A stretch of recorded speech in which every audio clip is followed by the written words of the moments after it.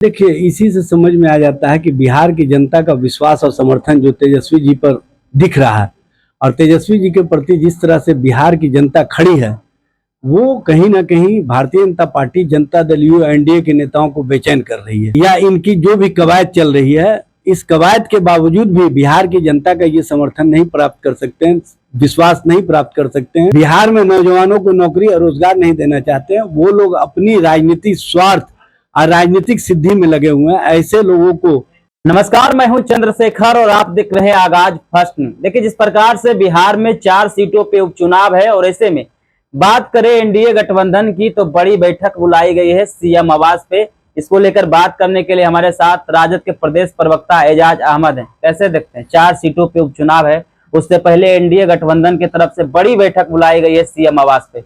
देखिए, इसी से समझ में आ जाता है कि बिहार की जनता का विश्वास और समर्थन जो तेजस्वी जी पर दिख रहा है और तेजस्वी जी के प्रति जिस तरह से बिहार की जनता खड़ी है, वो कहीं ना कहीं Bharatiya Janata party, Janata Dal you, NDA के नेताओं को बेचैन कर रही है। और इसी बेचैनी और बौखलाहट में आज इन्होंने बैठक बुलाने का काम किया है। इनकी बैठक या इनकी जो भी कवायद चल रही है, इस कवायद के बावजूद भी बिहार की जनता का ये समर्थन नहीं प्राप्त कर सकते हैं, विश्वास नहीं प्राप्त कर सकते हैं, क्योंकि लोग स्पष्ट रूप से मानने लगे हैं कि बिहार में जो नेतृत्व के अंदर एनडीए सरकार काम कर रही है, उस नेतृत्व की सोच समाप्त हो चुकी है। उस नेतृत्व का सिर्फ सत्ता में बने रहना ही सपना है, उसके अलावा कहीं कुछ नहीं है।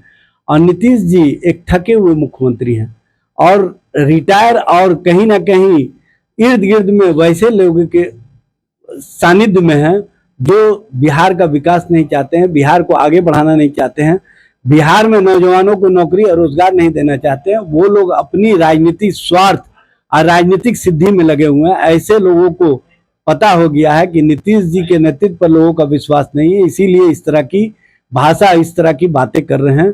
लेकिन चाहे जितनी भी कवायद कर ले, चाहे जितनी भी कोशिश कर ले, बिहार और बिहार की जनता अब नीतीश जी के साथ नहीं दिखाई दे रही है। और नीतीश जी के प्रति लोगों का जो अविश्वास है, उसके कारण भाजपा और एनडीए के खेमे में बेचैनी है। तस्वीरें निकलकर सामने आ रही है। नीतीश कुमार कई मंच से कह चुके हैं कि 2 बार इनको साथ ले चुके हैं, गड़बड़ किए हैं इसलिए हट गए हैं, अब नहीं जाएंगे उनके साथ।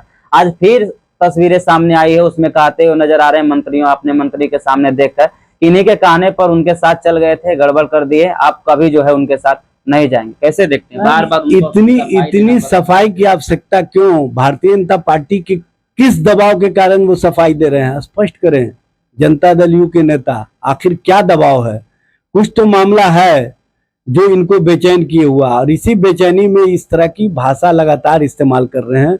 ये स्पष्ट करता है कि अब नीतीश जी कहीं ना कहीं जनता और जनता की सोच के लिए नहीं, बल्कि अपने स्वार्थ के लिए, अपने आप को बनाए रखने के लिए, अपने आप को सत्ता में कैसे जीवित रखें, इसकी कवायद में लगे हुए हैं। इसीलिए लगातार सफाई पर सफाई दे रहे हैं।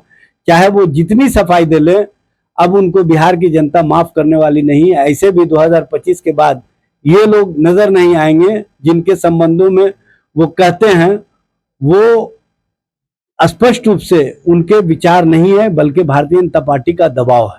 एक आखिरी सवाल रहा, आप लोग कह रहे हैं कि 2025 में उनकी विदाई हो जाएगी। जदयू की तरफ से कहा जा रहा है कि 2025 में जो विपक्ष में है नहीं, जो विपक्ष में उनको 2025 में विपक्ष में नहीं रहने देना है, इसके लिए हम लोग बात कर रहे हैं। भाई, सबसे बड़ी बात यह है कि जनता और जनता के समर्थन से कोई नेता बनता है, जनता के विश्वास से कोई नेता बनता है, और अपने कार्यों और जो जनता के मुद्दे हैं, उन मुद्दों को उठाने के कारण आज तेजस्वी जी सबके चहेते बने हुए हैं। तेजस्वी जी के प्रति लोगों का जो विश्वास है, अब तो लोग कहते हैं कि हमारा विश्वास 2025 में तेजस्वी सरकार।